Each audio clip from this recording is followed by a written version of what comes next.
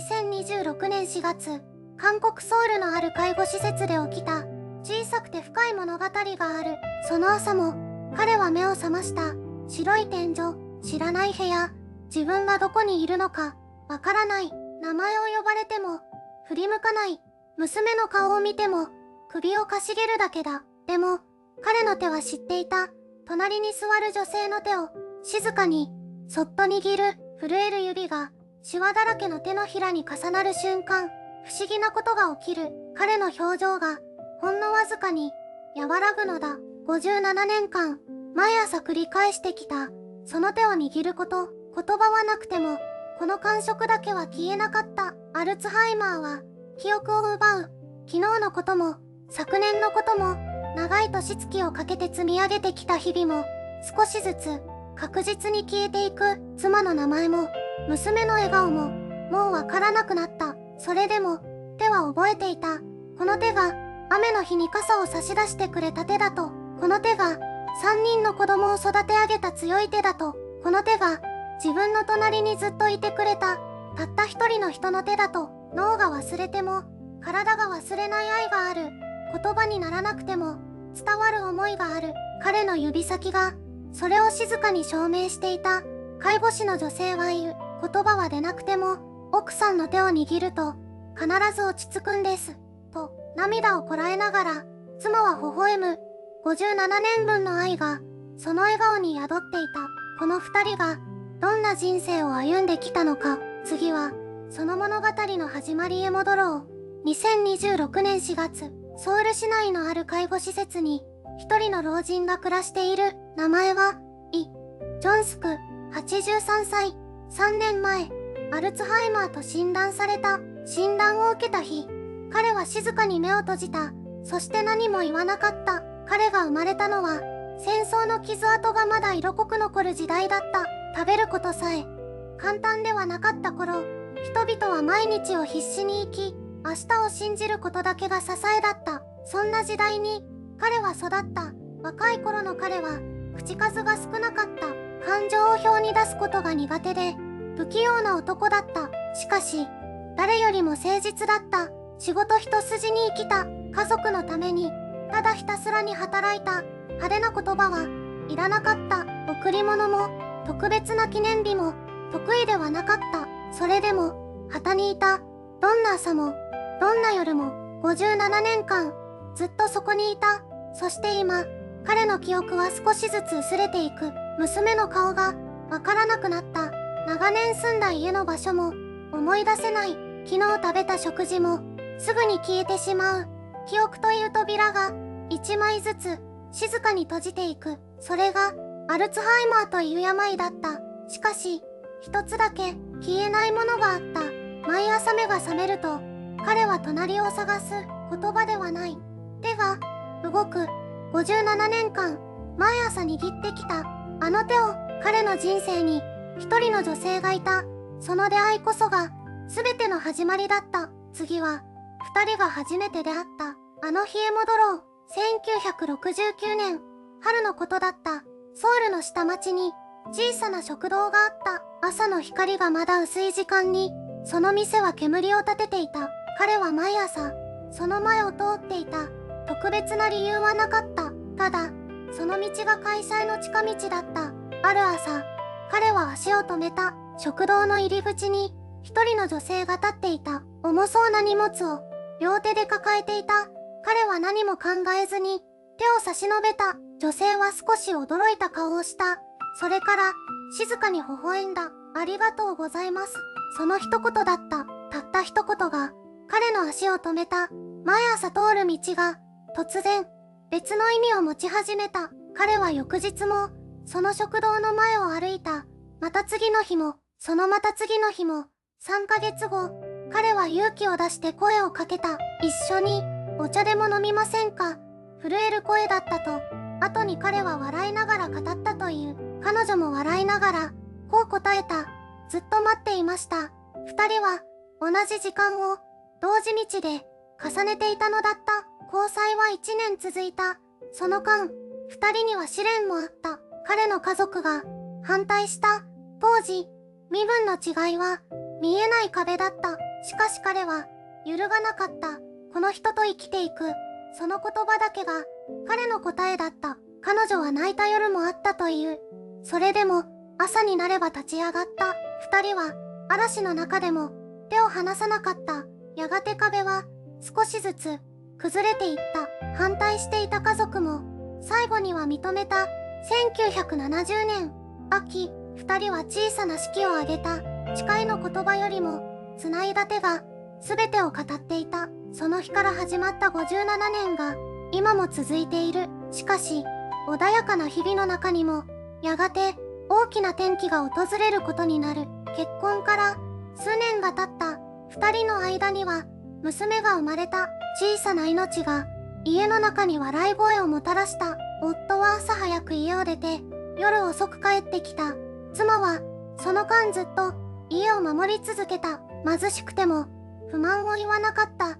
疲れていても玄関で待っていた。すれ違いの日もあった。言葉が足りなくて傷つけてしまった夜もあった。それでも朝になれば二人は同じ食卓に座った。そして気がつけばまた手が触れていた。言葉にしなくても伝わるものがあった。大きな転機が訪れたのは夫が60代の頃だった。長年勤めた会社を退職することになった。誇りにしていた仕事を手放す日、夫は無言で帰ってきた。妻は何も聞かなかった。ただ隣に座ってその手を握った。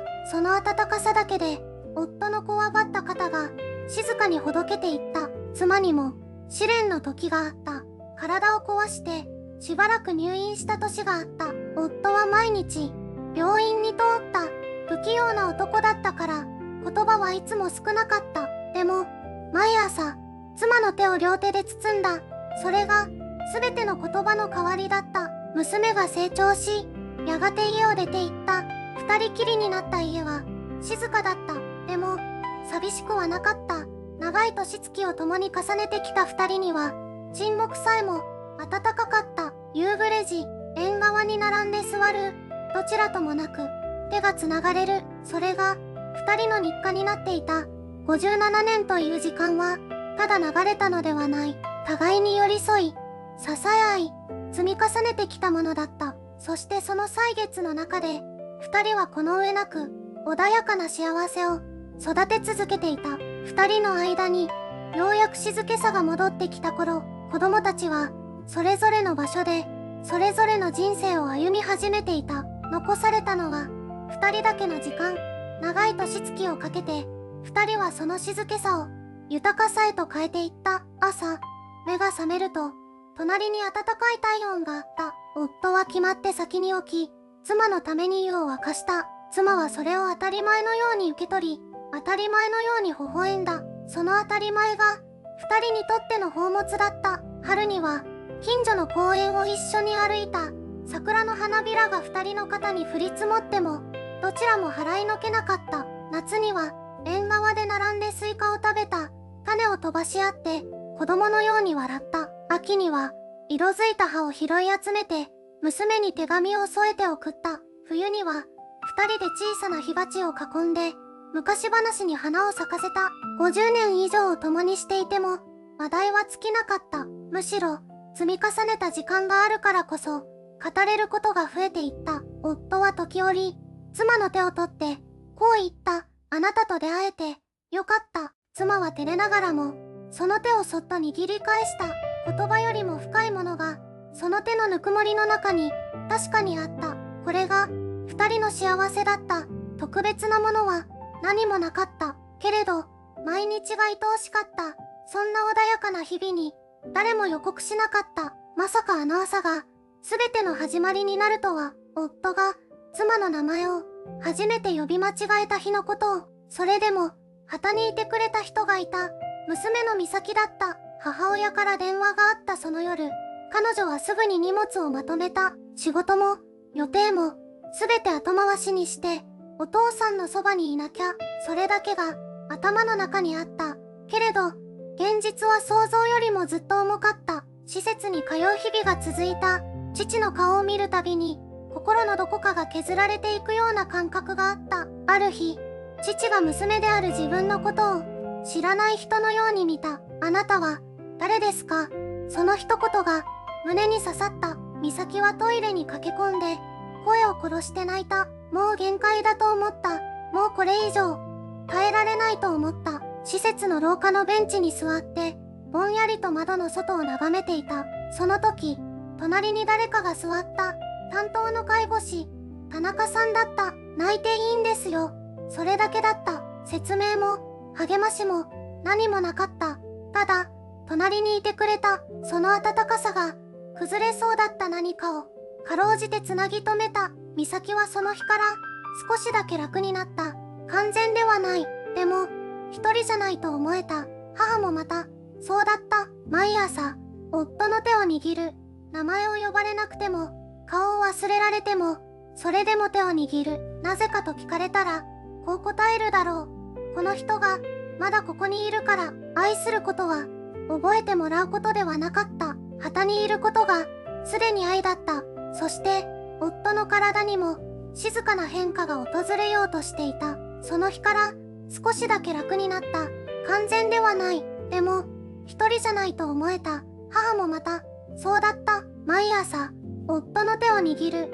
名前を呼ばれなくても、顔を忘れられても、それでも手を握る。なぜかと聞かれたら、こう答えるだろう。この人が、まだここにいるから、愛することは、覚えてもらうことではなかった。旗にいることが、すでに愛だった。そして、夫の体にも、静かな変化が訪れようとしていた。2026年の春、桜がちょうど咲き始めた頃だった。その朝も、母はいつものように施設へ向かった。廊下を歩く音、ドアを開ける音、そして、ベッドの脇に腰を下ろす音。夫は目を閉じたまま、静かに横たわっていた。母はそっと、その手を包んだ。いつもと同じように、57年間、繰り返してきたように、その瞬間だった。夫の指が、ゆっくりと動いた。母の手を、握り返したのだ。言葉はなかった。名前も呼ばれなかった。けれど、その小さな力に、母は息を飲んだ。涙が、頬を伝った。声も出なかった。ただ、その手を両手でそっと包んで、じっと見つめた。わかるの？問いかけても、夫は目を開けなかった。答えも返ってこなかった。でも、その手は離れなかった。医師は言う。アルツハイマーが進んでも、感覚の記憶は最後まで残ることがある。と、頭が忘れても、体が覚えている。長年積み重ねたぬくもりを、皮膚が、筋肉が、骨が、記憶しているのだと、57年分の朝が、その手の中に宿っていた。この小さな握り返しが、母の中で何かを変えた。悲しみが消えたわけではない。けれど、確かに何かが、変わった。愛は、記憶の中だけに生きるのではない。体の奥深くに、静かに刻まれていく。そしてその変化は、もう一つの奇跡へと、繋がっていこうとしていた。その朝も、光は優しかった。2026年4月、ソウルの介護施設に、静かな春の朝日が差し込んでいた。お父さんはいつものようにベッドの上で目を覚ました。天井を見つめ、しばらくの間、何も言わなかった。名前を呼ぶこともなかった。娘の顔を認識することもできなかった。それでも、その手だけは動いた。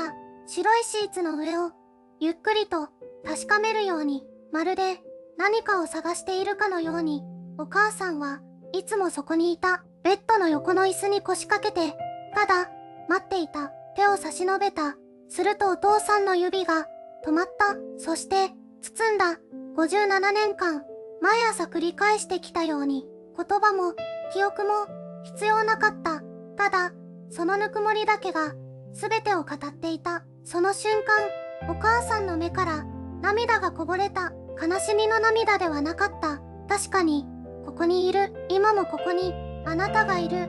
そう感じた時の涙だった。頭が忘れても、手は忘れない。